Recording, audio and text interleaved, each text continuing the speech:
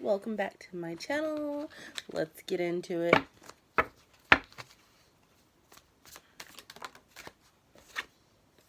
Five of Pentacles. Someone feeling without lack, or with lack, excuse me. Someone feeling like they're in lack, being left out from something. This could be somebody having a hard time with money. This could be somebody feeling like they're dealing with poverty. It could also be somebody who's feeling like they're left out from a connection or they're apart from others.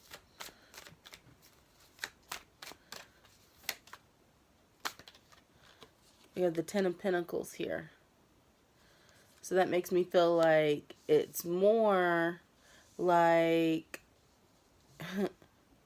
they're feeling like a loss whenever it comes to building something long term, like having something for themselves. They may be struggling financially or have some goals for stability, and they're kind of like on the right track because that Ten of Pentacles is showing up in the upright, but there's not seeing any evidence or proof of it at this time. So they're still feeling like they're doing without, in a sense.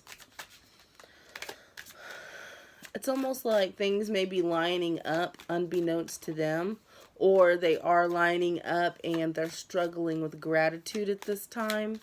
If they were utilizing gratitude, they would see that they really actually have more than they think that they do, but they feel like they are without. They're in lack.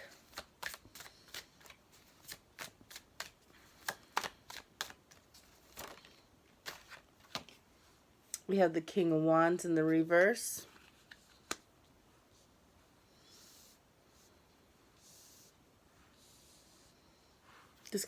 This could be your energy. This could be somebody that you're connected with.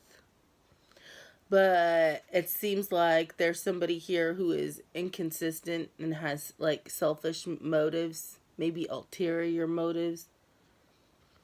That might be you, or it might be somebody that you're dealing with.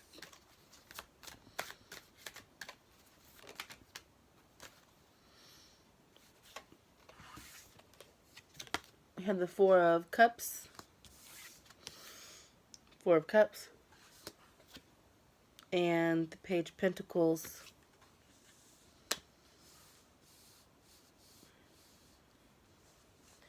Either you are not giving this person the time of day because you know that you have other options and you're wanting to put your effort and energy into something else, something that you can rely and count on, because it doesn't seem like you can with this person. Or it's like you have made attempts to deal with this person, but they keep constantly pushing you aside because they're looking at everything else, everyone else. That's what they're putting their effort and energy into. But there's this feeling here that either one or both of you may be trying to start something, like take initial steps into stability. So if we're looking at this other person, they may be seeming unreliable and flighty and selfish and inconsistent because they're giving their time and attention to everything else, and kicking you to the curb is what it feels like, because you're Five of Pentacles out in the cold on the outside looking in. And it may be like that and it may feel like that, but it's like it's for a purpose, because maybe you don't realize like it's really not about you. They're trying to do something over here. They're trying to accomplish something. They're trying to get something started. Also, for you with this person, you're in this energy of not really sure and not really wanting to have anything to do with this person, and seeking out your other options because how they have made you feel, because you want to move towards something that is stable, that is consistent, that you can count on. And it's not like you have anybody or any one thing that you're putting all your eggs into, eggs in one basket. It's not like you have anyone or anything in particular. You just want to leave the option open for you to work on something that is going to have a payoff, that is going to get you to where you're going.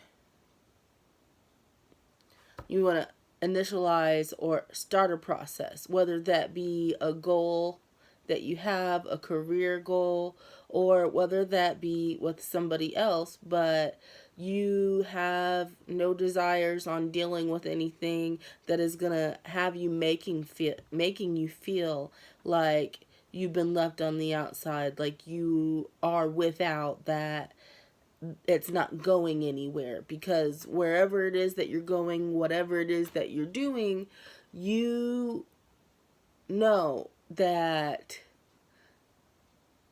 even if you don't have an exact destination, you know that you want to get somewhere. You're not one of these people you're not a YOLO person, like you only live once, so let's just do whatever, it doesn't matter.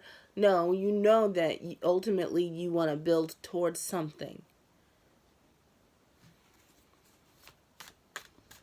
Small fries, like, you don't want to deal with small potatoes. If it's not ultimately leading up to your stability, your long-term happiness or goals, you don't, like, what's the point in dealing with it? And that's how this person may be too. But in other ways, they may be like that whenever it comes to their money, because it's like with that Page of Pentacles and the Ten of Pentacles, this person, what they're working on is catching some coin or starting something that's going to lead to that. And even though they're putting all their time and attention and energy into this, it's not necessarily unequivocally that they don't care about you. It's they have a goal and they have tunnel vision on that goal, and they are thinking also, why would I spend my time on anything that is not going to ultimately pay off towards my higher goal? And they're not saying that you're not worth it, but in dealing with you and getting caught up with you, their goals and the things that they're trying to attain are sacrificed. So there's somebody who is very goal and money driven, financially driven. So with this person showing up as the King of Wands in reverse, they may have this flighty, inconsistent behavior, but that might be because, like, they really do like you. And maybe it's not playboy energy. Maybe it's they're working on their goals, but every now and then they come back and touch base. And then they leave, and then they go and they work on their goals. We have the Temperance card. I feel like you've been dealing with this person, this cycle, for a while. Like, this has been something that has been ongoing. Maybe ever since you knew this person, this has been the way that things have been. And so you are feeling like, well, this is a cycle that's never going to be over, which is like part of the reason why you're like, well, I'm just not going to deal with it anymore, because you don't see it going anywhere. You also don't want to put your time and attention and energy into something where there's not going to be a payoff, or, but there's some healing that needs to happen. I think both individually and within this connection. I feel like whenever you are in separation, I feel like, and I don't know if triggers is the right word, but it's like you both may trigger each other into healing. Like, oh God, now I want to cry. It just hit me really hard.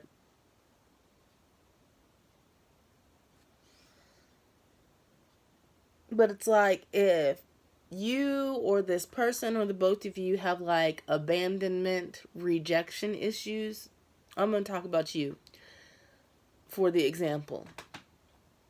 But if you have like abandonment rejection issues, this person may come in because they enjoy you, they really do like you, they don't want to be without your connection, and then they leave to go focus on these goals and stuff because they have a long-term plan.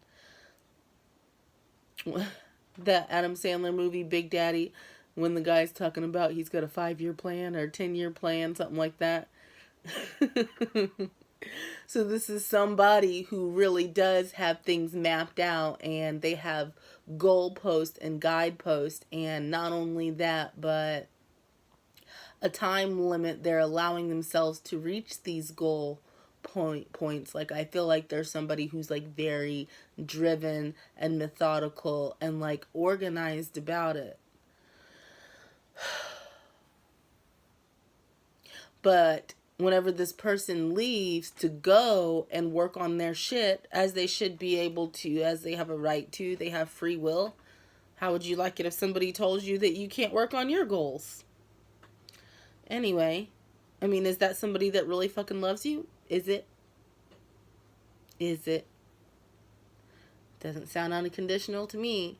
But anyway, when they leave, it triggers these abandonment rejection wounds because you automatically just think this person has left me, they don't want me, and it sends you into this downward spiral of not being good enough.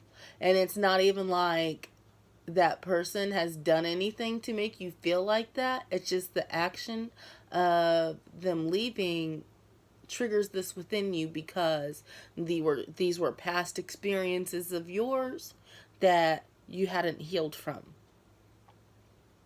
And so, like I was saying, in your separation, there's things that you guys need to work on in your individual healing, and maybe in the long term you need to focus on the healing of this connection. And it's kind of good because if this person didn't leave and they didn't trigger those wounds, maybe you wouldn't look at them. But I feel like you're getting a deeper perspective of why you feel the way that you feel whenever this happens. Sure, it's easy to say that anybody would feel dejected or sad or down when somebody abandons them, but like that's your perspective. Has this person really abandoned you? Is that their goal and intention? If they, they keep coming back, they haven't left. So it's kind of like, as a parent, for this example, whenever you have a sick child and they're laying in their room or in their bed with the fever, and you go and you give them their medicine, maybe you get a cold rag and put it on their head, cover them up, make sure they're comforted, make sure they have something to drink, make sure they, don't need anything, or if they do need anything, and then you just leave after you make sure they're okay. Then you just leave and you shut the door. And you go and you work on whatever stuff that you have to do in the house as a parent. And then a little bit while later, maybe they're sleeping, maybe it takes a couple hours, few hours. You go back in and you check on them again. And you, they're okay. All right, they're breathing, it's not time for medicine yet. They don't need anything. And then you go back out and you shut the door and you go and you focus on your other stuff. But then they come back and they check on you again. This time it's time for medicine. So it's like whenever they do come in, they may be checking on you, seeing if you need anything, but they always leave. And you feel like, obviously you don't care for me because you're leaving, but you're not understanding how much this person really does care for you, because they keep coming back in to check on you, and the things that they're doing while they're not with you, while they're out in the house, doing the things that needs to be done. The things that they're doing while they're away are things that you are going to benefit from. You both can benefit from. It's going to make your lives easier and smoother in the long run. Like, just because my daughter might be sick doesn't mean that for the rest of that day or the rest of the week I can let things go undone that need to be done. The dishes, if I do that, the dishes are going to pile up. The laundry is going to pile up. Somebody has to cook dinner. And if you don't do all of that stuff, there it is going to be waiting for you. And then you'll be exhausted, agitated, irritated, and in lack. I feel like this person, whenever they're leaving, they're going to build something long term. Like, they're trying to do something or accomplish something or set the wheels in motion for something that is, in the long run, going to be for the benefit of stability and security, and for making sure that whenever they can finally, like, once everything is set in motion and they can finally relax a little bit, because I feel like this other person is exhausted too. That, like, flighty energy they have, they're just going and going and going and going. And it's like they're in and out energy with you. That's how they are with everything, with everyone, everywhere. Like, they try to touch bases and be wherever they need to be, but they never have a spare moment for themselves because it's always on to the next thing. And this person is, like, very spread thin, but they feel like it's worth it, because in the end, after the end of all of this, after I cross the finish line, I'll be able to rest. And I'm seeing it like somebody who, like, runs a marathon. Sometimes you see them struggling when they're running after it's been a while, and you see their, like, muscles shaking, they're exhausted, people are handing them water, people are throwing water on them. Some of them, it's like, keep the ambulance on standby because they don't look too good, but then they still keep going no matter how they might shake. No matter how they might thirst, no matter how much they're sweating, they just keep going. And the person crosses the finish line, and after they cross the finish line, even though they endured, even though they stood and they ran and they fought and they fought and they fought that whole time, as soon as they cross that finish line, they collapse and they rest. And they experience extreme relief because they finally made it. Extreme relief and an extreme pride because they finally made it. And I feel like that is what this King of Wands energy that is coming in and out of your life has been doing. But you don't see it like that. You're just like, they fucking left me. What a world, what a world. Oh, what a world.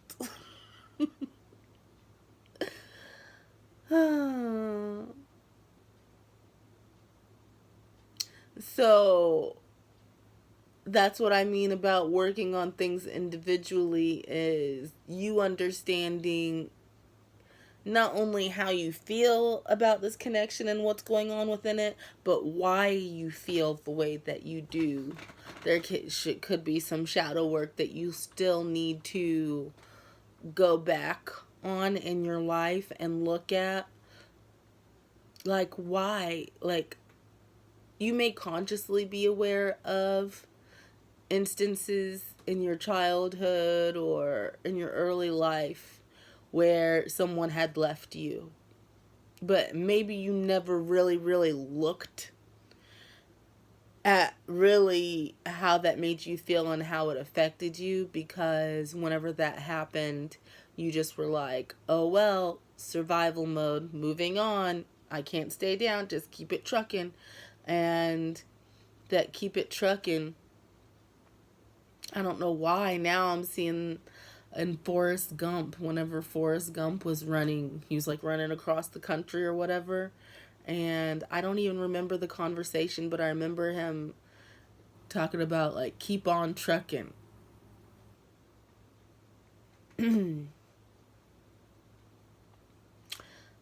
This may resonate with somebody who's a trucker, or maybe somebody who is an actual athlete, or just take this metaphorically if that's not your situation. Um, what was I saying? I don't remember. But basically, just go back and look really deeper at. I just want to cry again. Because I feel like that's something that you have avoided because you try to be so strong, is really looking at how situations of you being abandoned or rejected made you feel. I don't feel like you ever really dealt with them. I feel like you're consciously aware of, yes, this other person was in connection with me or should have been, and then they went somewhere. You just see it as, well, that's just how it is. They did this and I did this.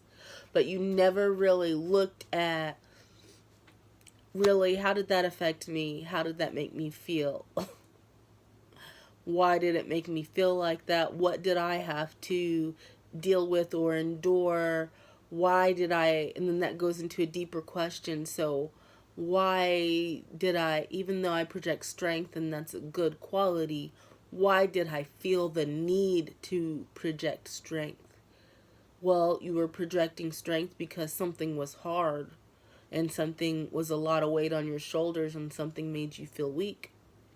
And you didn't want people to see you as weak. Well, why did I care how people saw me? And so on and so forth. But my point, my long drawn out point that I'm trying to get to is this person triggers you into healing. Not intentionally, but just like naturally, that's the way things go. They triggered you into healing because you've been put in a position to ask yourself these questions and address things that have been gone unaddressed. And so, therefore, thus, healing as an individual because somebody was the catalyst to poke you and prod you, unintentionally, unbeknownst to them. And when I say heal this connection, what I mean is, if you can look at things that way and really realize and understand that not everything is to be taken personal, and sometimes you have the reactions that you do because of these things and because of what you went through and because of your wounds, then hopefully you can understand that this person takes the actions that they take because of something that they went through, because of some wounds that they had, some cycle they don't want to repeat. Like, for instance, maybe this is somebody, this King of Wands in reverse, maybe he was somebody who grew up with poverty or grew up with not having anything or had to see his mother, you know, do things that were, I'm trying to think of the right word, but you guys already get my vibe. Demoralizing, or maybe not even demoralizing, but there's things that brought her down, like she was worth more than that. And maybe because of his traumas and the things that he went through, he's like, I will never have to just bend to somebody else's will in order to survive. I am going to be able to take care of mine. Maybe he had a father that like lost everything, or maybe his father left or died. You don't know. I'm just saying. There's things that other people are going through. Like, it's not just about you. Get out of your head and understand that the things that you are going through, other people are going through their shit too. And even though you react the way you do to their actions, doesn't mean that they don't have a purpose and a reason for acting the way that they do. And so realizing and understanding that can help bridge some kind of gap where you guys have been separated because of hard feelings, to where you can really see how similar you really are. And maybe you can find some forgiveness and understanding. Maybe in understanding this, it will bridge the gap and bring this connection back together and heal it. What you do with this connection, I don't know, but it's like there's some unnecessary hard feelings for somebody that seems to care about you. And I say seems to because at this point you can't even really tell. But somebody that seems to care about you, and obviously you must care something about them if you were feeling this mistreated, but you still allowed them to come in and out, you know? If either that's low self-worth on your part, which is part of what you may have been thinking. Either that's low self-worth on your part, or there's something about this person and this connection you genuinely care about it. And you need to be honest with yourself about that.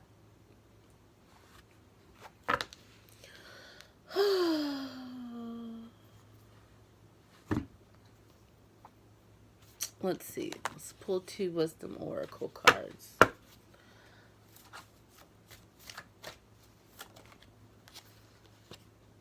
We have obedience in the reverse. You may not be listening. There may be some signs that you have been receiving, or some external energies around you that have been trying to show you something, but it's like you're walking blindfolded. It's like they're like, sign, here's your sign, and you're like, huh? What? What'd you say? Like you're not paying any attention. You're not listening. And it's like also spirit may be trying to guide you in certain directions, but because of trauma, but because of lack, you're not listening to spirit because you're listening to that survival mechanism inside of you that's latching on to something else. Something else that you feel like could possibly bring me stability. Like, this looks like it could grow into something. I don't know. Maybe. I'll try it. But it's like maybe spirit has been telling you, no, you don't need this, or no, you don't need that. No, don't focus on this connection or this person or this goal. That's not going to get you anywhere. Focus on what we told you, what we talked about. What were we talked about? You remember what your calling is, what your goal is in the long run? You know, you're supposed to be working on your stuff. So why are you latching on to other people and other connections and other opportunities? Because you're afraid? Because you don't have everything that you feel like you need right now? You're latching on to other things because you're afraid, but you're not listening. You're not listening. I told you to work on your shit.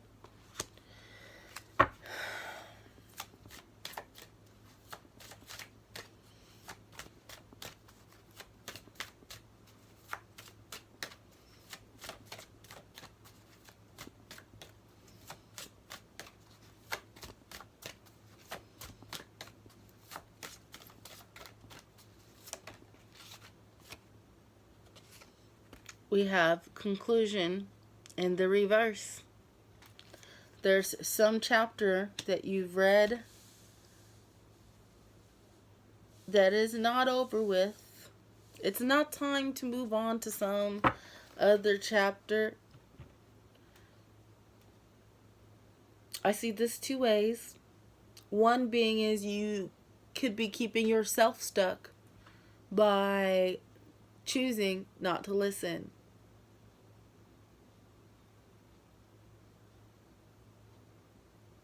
There's reasons that we have guidance. It's to get you to where you need to be for the next spot. Like on a relay race, like whenever they're handing off the baton to the next person or whatever, they can't hand you the person who's going to receive the baton is not allowed to run up the track and go meet them and get it. They have to wait until the right time. You're not supposed to take things into your own hands. There's a certain point at which you're allowed to have that baton, and then you may take off. But, and likewise, the person that's bringing the baton can't stop where they are and then just launch it to the person that's waiting for them. You can't hand off the baton. You can't complete the race. You can't do the next step until you make it to a certain point. A checkpoint. Check mark. Checkpoint. Like on a video game where you respawn from when you die. If you don't make it to that point, you're going to have to start all over. That makes my chest tight. So I feel like some of you are in real danger of messing up a lot of shit just because you are refusing to not listen. And trust and believe you will be feeling all anguish if you have to start from the bottom again. You better probably start listening.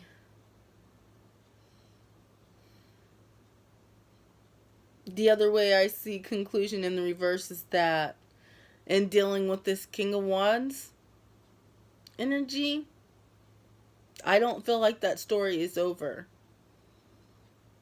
Maybe you felt like maybe it was over, or at least the way you were originally thinking about it had transformed into something else and that was over now. But I don't think that it is. And also, I feel like with that conclusion that things are not over, I feel like you are continuing to write your own story. You are in charge of your destiny and the things that you're ultimately going to move towards and receive for yourself.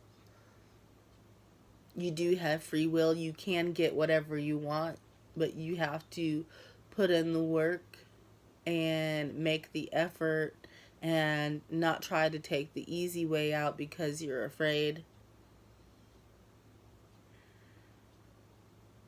You need to keep listening or start listening to what you're being told to do, no matter how hard it is.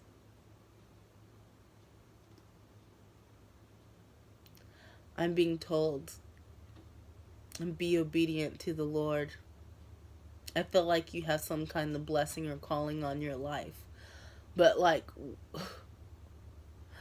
in a lot of the stories in the Bible, it's not going to be easy. It's not supposed to be easy. So be obedient and keep the faith. Quit trying to take the easy way out. Quit latching on to something just because it seems like a safe bet. That's all I have for you.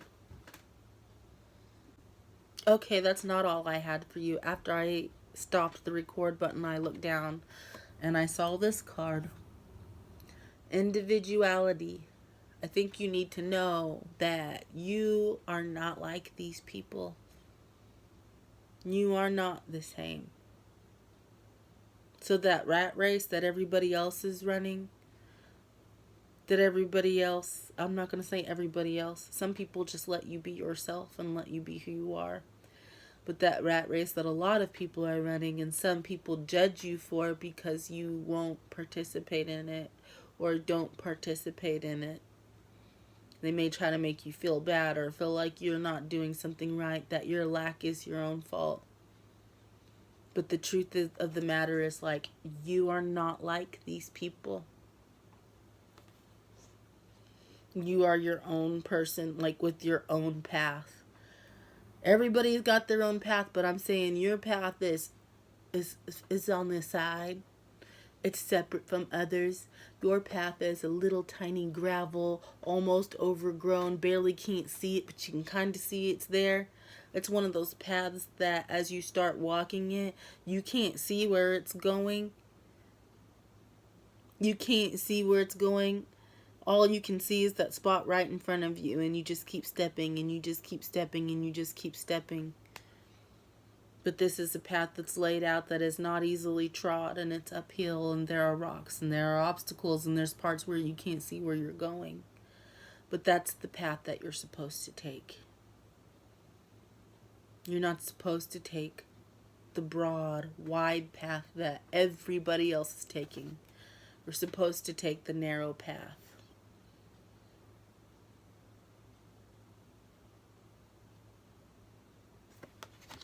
You don't need to assimilate to society or to what people think that you should do. And maybe sometimes people make you feel bad for that. Or maybe you're just triggered into feeling bad for that. I think some people do it intentionally, some people don't. Some people just don't understand, and they're like, you're not going to make it on that path. No, you're not. But it's not for them to understand, because this is your path on private property. Not everybody can come. That's why you can't see it, because there's not that many people who have trod it.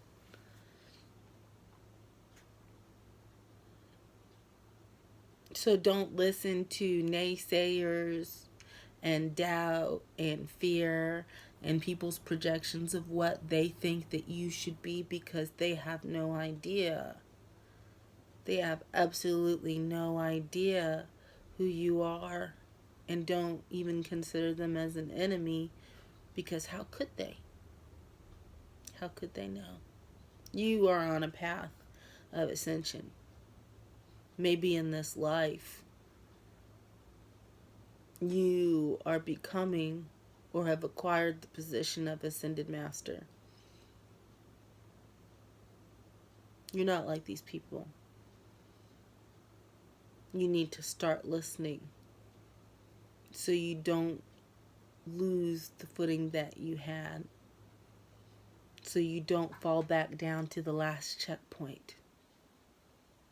You know in Mario, when you're playing Mario and you get to a checkpoint and then you're trekking along trying to get to the castle or to the next checkpoint, but you die right before you get there and you have to go all the way back? You don't want to do that.